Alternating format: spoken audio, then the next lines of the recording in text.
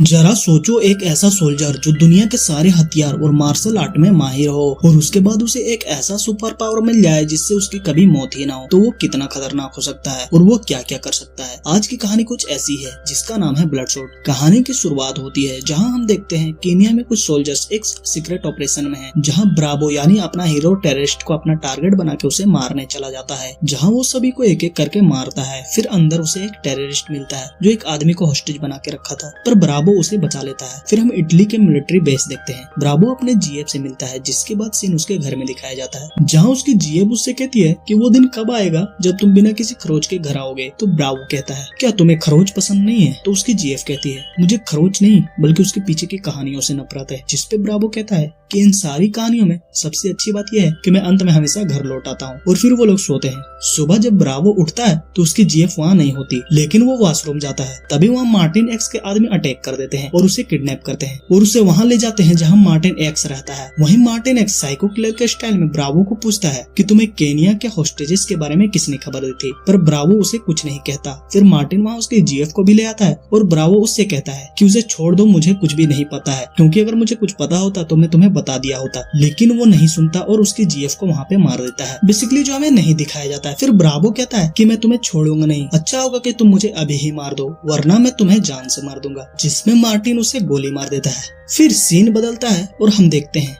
Bravo एक lab में पड़ा हुआ है जहाँ कुछ लोग उस पे एक्सपेरिमेंट कर रहे थे। फिर वो जागता है तो वहाँ पे केटी आती है जो इस लैब का एक हिस्सा थी। फिर वहाँ का मालिक डॉक्टर एमिल हार्टिंग आता है, जिससे ब्रावो कहता है कि क्या तुम मुझे जानते हो? तो वो उसे बताता है कि तुम मर चुके थे और तुम्हारी बॉडी हमें यूएस मिलिट्री वालों ने डोनेट किया था और ये मेरी कंपनी है जिसका नाम आयरेस्टी है और तुम पहले ऐसे इंसान हो जिसे दोबारा जिंदा करने में हम कामयाब हुए हैं और आज से तुम्हारा नाम ब्लडशॉट है। तो ब्लडशॉट पूछता है कि इस पे आपका मकसद क्या है? डॉक्टर बताता है कि हम इस टेक्नोलॉजी के द्वारा यूएस मिलिट्री को मजबूत करने का काम करते हैं और सोल्जर्स के न्यूरॉन में चेंजेस करते हैं जिससे वे और भी फास्ट और एडवांस हो सके। अब डॉक्टर ब्लडशॉट को अपने लैब में ले जाते हैं जहां वो उनके हाथों में ब्लड से एक छोटा सा कट लगा देते हैं, जिसपे वो देखता है कि उसका घाव बड़ी जल्दी ठीक हो जाता है और उसके अंदर ब्लड की जगह कुछ और ही होता है। जिसपे डॉक्टर एमिल बताता है कि ये नैनाइट है जो बायोलॉजी को ठीक करता है और अगर चोट जानलेवा हो तो ये बड़ी जल्दी टिश्यू को जोड़ने में काम आता है और तुम्हारी बॉडी में ब्लड की जगह इसे ही प्लांट किया गया है। डॉक्टर ब्लडशॉट को अपने सभी मेंबर से मिलाता है और उसे अपने कमरे में भेज देता है। ब्लडशॉट अपने कमरे में जाता है क्योंकि उसे पास्ट की कोई भी चीज याद नहीं थी,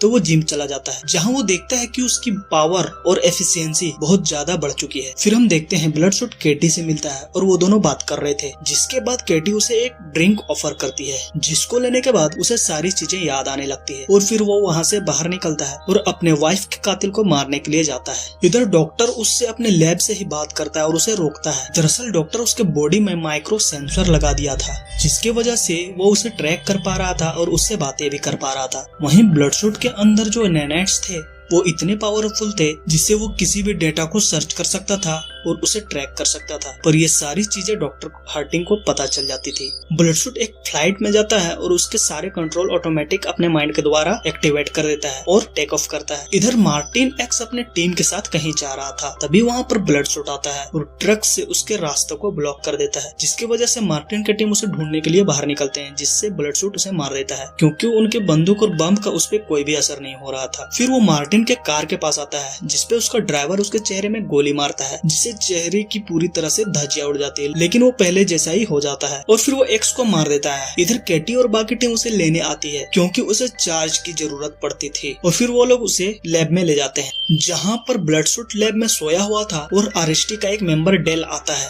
और उससे कहता है कि तुम्हारी बॉडी का कंट्रोल हमारे हाथों में है और वो ये भी बताता है कि तुम्हें लगता है कि तुम्हारी बीवी मर चुकी है पर वो अभी भी जिंदा है। इतना कहने के बाद वो उसके सारे मेमोरी को वापस से डिलीट कर देता है और उसे चार्ज में लगा देता है। और फिर हम देखते हैं कि डॉक्टर हार्टिंग उसके टीम के साथ उसके ब्रेन में एक दूसरा और खुद का बनाया हुआ याद डालता है, जिसमें वो लोग मार्टिन एक्स की जगह निक बैरिस का याद बना देता है, क्योंकि निक्स बैरिस पहले आरएसटी का मेंबर था लेकिन अब वो उन लोगों के साथ नहीं है। उसके बाद हम देखते हैं कि ब्लडशॉट जागता है और फिर वही सारे इंसिडेंट्स होते हैं जो उसने पहली बार आरएसटी लैब में जिंदा होने के बाद किया था। वो अब भी अपनी वाइफ को कातिल को मारने जाता है, लेकिन इस बार याद में उसके मार्टिन एक्स की जगह निक बैरिस होता है, जहां हम देखते हैं ब्लडशॉट निक बैरिस के अड्डे में जाता है और सभी को चकमा देकर अंदर चला जाता है। वहीं हम वीगन को देखते हैं जो निक बेरिस का एक हैकर होता है, जिसे निक के आदमी हथियार लेने के लिए ले जा रहे थे। इधर डॉक्टर हार्टिंग और टीम उसके अड्डे के सीसीटीवी हैकर के अंदर हो रहे सारी चीजों को देखता है, जिसपे डॉक्टर हार्टिंग अपने टेकी हैकर एरिक से पूछता है कि वो कौन है। तो एरिक बताता है कि ये मेरी तरह ही एक टेकी है और वो मुझसे भी बहुत ज्यादा माहिर है, और यहाँ तक कि मैंने भी उसके ही पायरेटेड सॉफ्टवेयर को यूज किया है, जिसपे डॉक्टर हार्टिंग बहुत गुस्सा होते हैं। वहीं हम देखते हैं ब्लडशूट जाता है और सभी को कुत्ते की तरह धोता है। इधर निक वीगन को वो हथियार ऑन करने के लिए कहता है, जो कि एक ईएमपी होता है,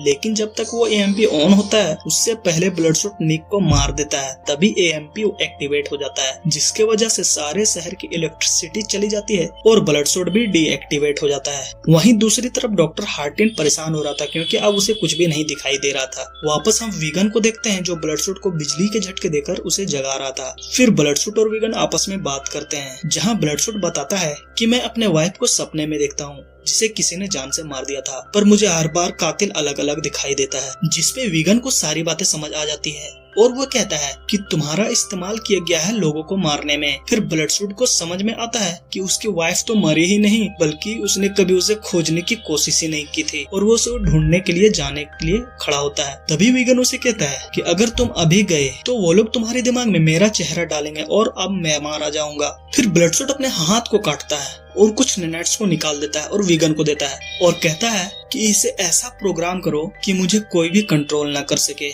फिर वो जीना से मिलने के लिए निकलता है, पर डॉक्टर उसे ट्रैक करते हैं और टिप्स और डाल्टन को उसके पीछे भेजता है उसे पकड़ने के लिए। अब हम देखते हैं जहाँ ब्लडशूट गीना से मिलता है, लेकिन गीना की तो शादी हो चुकी थी और उसके 2 बच्चे थे, जिससे देखकर वो वहाँ से चला जाता है। तभी उस पर डाल्टन अटैक करता है और फिर वो वहाँ से भागता है, पर कुछ चेस सीन और फाइट सीन होने के बाद टिप्स और डाल्टन उसे पकड़ लेता है और उसे स्विच ऑफ कर देता है। अब सीन वापस आरएसटी लैब में दिखाया जाता है, जहाँ डॉक्टर हार्टिंग केटी को वीगन्स को पकड़ने का ऑर्डर देते हैं। फिर हम देखते हैं केटी वीगन्स को पकड़ने के लिए जाती है, जहां उसका फाइट सीन वीगन के बॉडीगार्ड से होती है और फिर वो उसे बेहोश कर देती है। अगले सीन में हम ब्लडशूट और डॉक्टर हार्टिन को देखते हैं, जो कि एक न्यूरल स्पेस में होते हैं, यानी कि वो दोनों अपने माइंड में ही टेक्नोलॉजी का इस्तेमाल करके बात करते हैं। जहां ब्लडशूट कहता है कि तुमने मेरा इस्तेमाल किया है, लेकिन अब मैं तुम्हारे कंट्रोल में नहीं रहूंगा, जिसपे डॉक्टर कहता है कि ऐसा कभी नहीं होगा। फिर सीन कट होता और हम डॉक्टर हार्टिंग और एरिक को एक साथ देखते हैं, और तभी वहाँ पे केटी आती है और झूठ कह देती है कि वीगन को हमने नहीं पकड़ पाया, क्योंकि वो हमारे आने के बारे में जान गया था और वो वहाँ से फरार हो गया था। फिर डॉक्टर हार्टिंग एरिक को कहता है कि फिर से एक याद बनाओ, जिसमें मार्टिन एक्स की जगह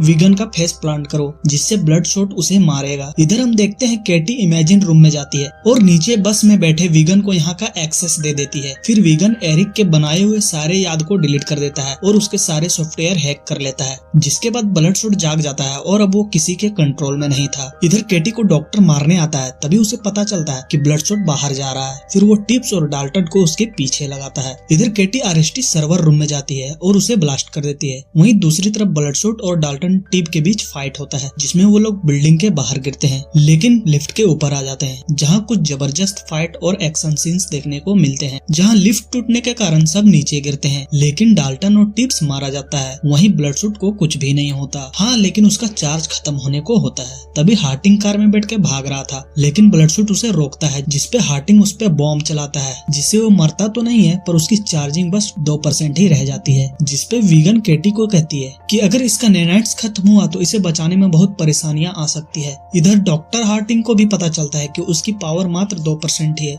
जिसके वजह से वो उस पे दूसरा बम से अटैक करता है, पर वो अपने नैनाइट्स का यूज करके उस बम को रोक लेता है और विस्फोट नहीं होता, लेकिन पावर 0% हो जाता है। फिर वो डॉक्टर के पास जाता है और उसे पकड़ लेता है, जिसपे डॉक्टर उसे मारने ही वाला था। तभी वो हाथ में जो बम को पकड़ा था उसे नीचे गिरा देता है और दोनों ब्लास्ट में मारे जाते हैं। अब अगले ही सीन में हम देखते हैं कि ब्लडशूट वापस जागता है और वीगन कहता है कि तुम्हारी स्टेमिना हमने और ज्यादा बढ़ा दिया है, जिससे तुम्हें अब बार बार रिचार्ज करने की जरूरत नहीं पड़ेगी। और फिर केटी और ब्लडशूट एक साथ बैठते हैं और कुछ बातें करते हैं और मूवी वहीं पे खत्म हो जाती है। अगर आपको ये वीडियो जरा भी पसंद आया हो तो लाइक कर देना और ऐसे ही मूवीज एक्सप्लेन वीडियोस के लिए चैनल सब्सक्राइब करें। मिलते हैं फिर एक इंटरेस्टिंग कहानी लेकर, तब तक के लिए बाय बाय दोस्तों।